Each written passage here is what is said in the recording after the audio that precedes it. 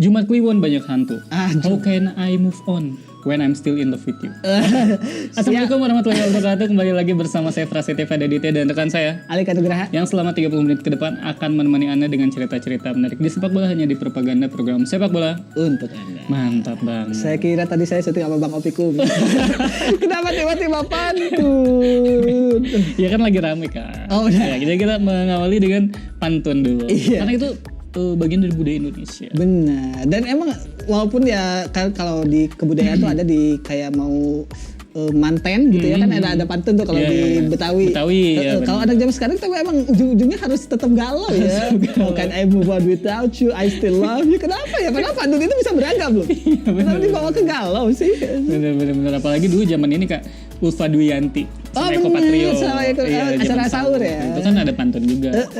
Tapi di situ tuh dilarang depannya itu jalan-jalan. Oh karena udah umum banget. Umum banget kan soalnya. Jalan-jalan ke Cibiru. Iya. I heard but I'm still in love with you. Gitu lah bukan. Tapi udah terlalu gampang gitu kalau jalan-jalan. Nah di segmen yang pertama ini kami akan ngebahas soal Jorginho. Benar. Pertanyaannya kenapa Jorginho main buat Italia? Nah timnas Indonesia ini kan pakai pemain naturalisasi juga ya kayak. Betul. Kayak dulu pertama kali tuh yang sukses tuh Christian Gonzalez. Eloko Gonzalez. Tapi Elkan Bagot ini nggak lewat naturalisasi Kak. Iya karena dia lewatnya London. Wah, udah jalur London. Dia London. di Ipswich ya. Soalnya kan dia ini di Inggris ya. Tapi dia memenuhi syarat untuk langsung jadi WNI.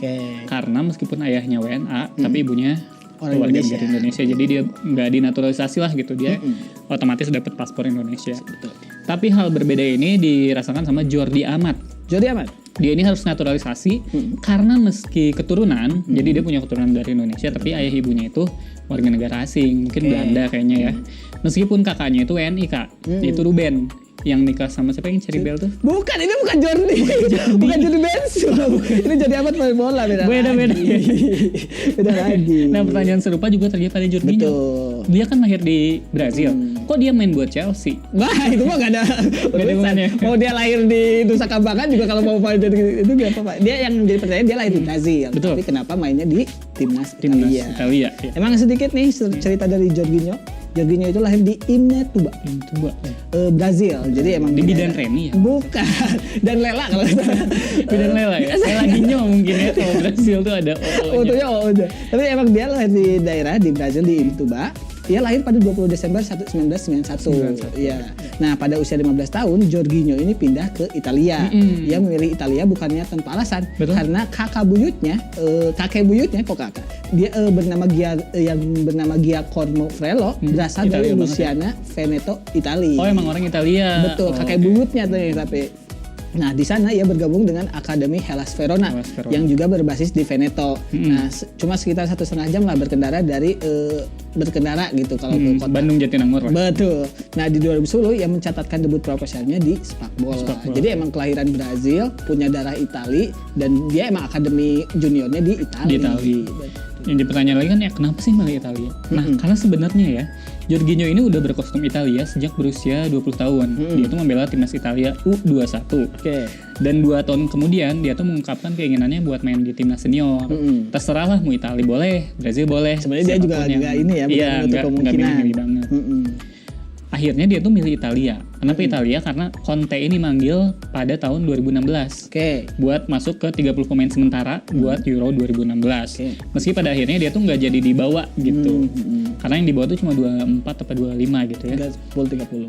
Ada kabar nih saat dia nggak dipanggil sama si Conte. Waduh. Kalau pelatih Brazil, Tite, akan memanggil Jorginho di musim gugur 2017. Karena dia masih ada kemungkinan dua Brazil, karena kan Italia belum tim senior kan.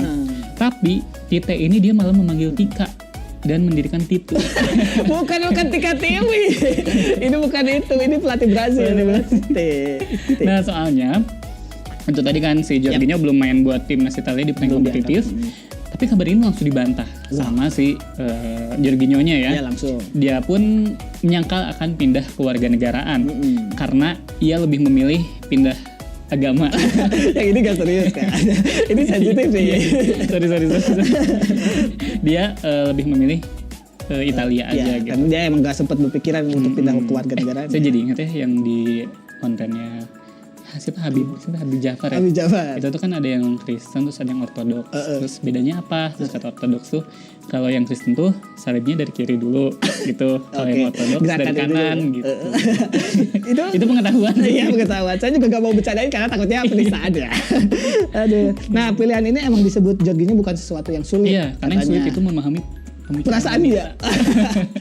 Ini ujungnya ketemu sana ya. Nah, karenanya Jorginho ini mengaku main buat Italia itu hal yang spesial. Karena telurnya 2. Bukan. Kalau 3 istimewa. Bukan nasi goreng, tolong. Nah, itu martabak. Udah juga. Nah, ditambah Brazil ini tidak pernah memberinya kesempatan untuk memenuhi mimpinya. Jadi kayaknya si Jorginho juga paham di Brazil mah talentanya udah terlalu banyak. Bersaing agak susah. Nah, Italia memilihnya meski ia lahir di negara lain. Jadi kayak si Italia ini juga memberikan pengertian lah kepada dia yang sebenarnya lahir gak di Italia banget, Italia banget gitu. Kakek buyutnya juga orang Italia dan merasa sebagai orang asli Italia. Jadi emang darah Italianya mengerti kental lah di darahnya.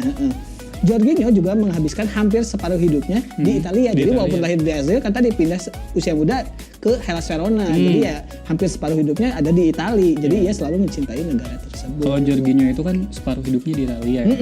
Karena kalau separuh jiwaku pergi itu Anang. Benar ku mencintaimu. Benar juga. Separuh jiwanya pergi kalau ada. Nah, ada juga satu kutipan dari Jorginho ini yang terkenal. Katanya, aku tidak akan pernah lupa bahwa ketika aku membutuhkan bantuan, Italia membantuku. Jadi bagaimana bisa aku berpaling ketika Italia membutuhkanku. Jadi ini kayak dia udah cinlok banget sama Italia lah. Brazil ya udah dia agak peduli. Aja lah ya. Betul. Di Hellas Verona, awalnya Jorginho ini hidup dengan uang 20 euro per pekan. Wah. Dia pun hampir menyerah untuk jadi sepak bola profesional ya, karena ya sulit lah gitu. Saking lelahnya Kak, dia tuh menelpon ibunya sambil nangis. Waduh. Mama, aku hamil. Kenapa Jorginho jadi ABG ini? Enggak dong. Sedih. Ya, jadi Jorginho tuh nelpon, ibu, aku selesai. Ini terlalu berlebihan buatku. Aku merindukanmu. Aku akan pulang. Gitu. Kayak peserta karantina di acara ini ya. Aku gak bisa lagi kayak gini. Aduh. Nah, jadi selain kecintanya terhadap sepak bola, karena respons ibunya juga Kak yang bikin dia terus fight, terus berjuang di sepak bola ini. Karena jawaban ibunya itu tidak terduga saat Jorginho nelpon. Ibunya menjawab, siapa yang hamilin kamu? Kenapa dilanjutin jokesnya tadi? Bukan masalah itu. Dia tahu ini anaknya lagi struggle. Jadi ibunya ini bilang kalau ibu nggak akan ngebukain pintu kalau meskipun kamu pulang. Wah. Akhirnya Jorginho kan bete. Dia nelpon bapaknya. Jadi ibu sama bapaknya ini tuh pisah ya. Nelpon bapaknya, Pak, aku mau pulang. Bapaknya juga responnya sama, kalau kamu pulang bapak nggak akan bukain pintu gitu. Mungkin kayak ini ya orang Padang kayaknya. Karena itu merantau tapi kalau nggak sukses jangan pulang. Tapi emang kedua orang tua ini tadi walaupun kesannya keras gitu ya, tapi keduanya tetap mendukung karir Jorginho. Gitu. Mereka menyemangatinya dan memberinya motivasi tetap. Bahkan kedua orang tuanya itu sampai ngebawa Mario Lawalata Kak. Wah, untuk memberikan pesan-pesan biar dia termotivasi. Enggak, jadi emang keduanya tuh memberitahu Jorginho kalau mimpinya pasti akan jadi nyata. Iya benar. Dia bisa membeli kapal pesiar.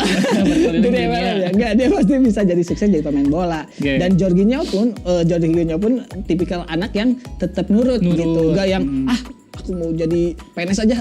Enggak, tapi dia tetap melanjutkan karirnya di sepak bola. Dan dia pun terus melanjutkan kerja kerasnya hingga akhirnya dia sukses di boyong Napoli kemudian ke Chelsea timnya sekarang gitu yang membawa dia trofi Liga Champions.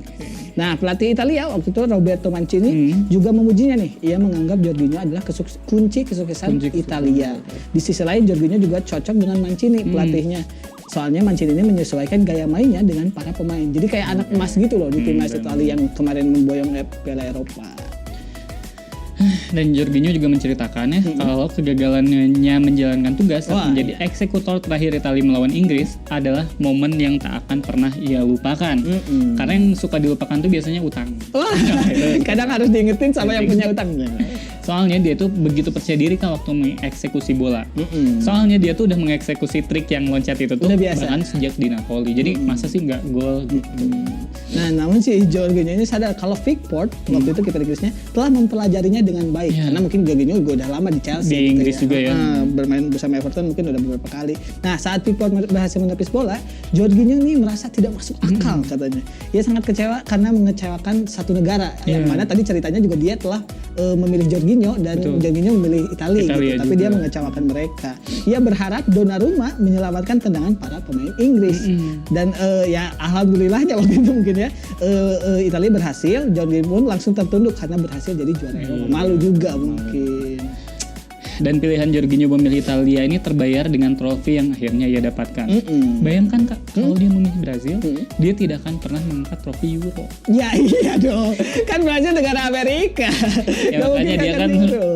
alhamdulillah milih Aduh, Italia. juga. Tapi sayang banget ya prestasi di Eropa ini tidak berlanjut ke Piala Dunia. Iya, karena Italia tidak tidak berlanjut. lolos. Iya benar-benar.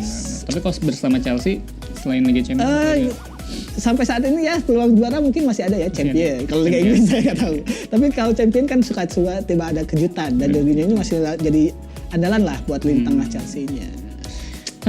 menarik banget bahasan kita soal Jorginho ini dan itu tadi alasannya ya kenapa dia memilih Italia ketimbang Brazil karena Italia lah yang ngasih kesempatan buat Jorginho.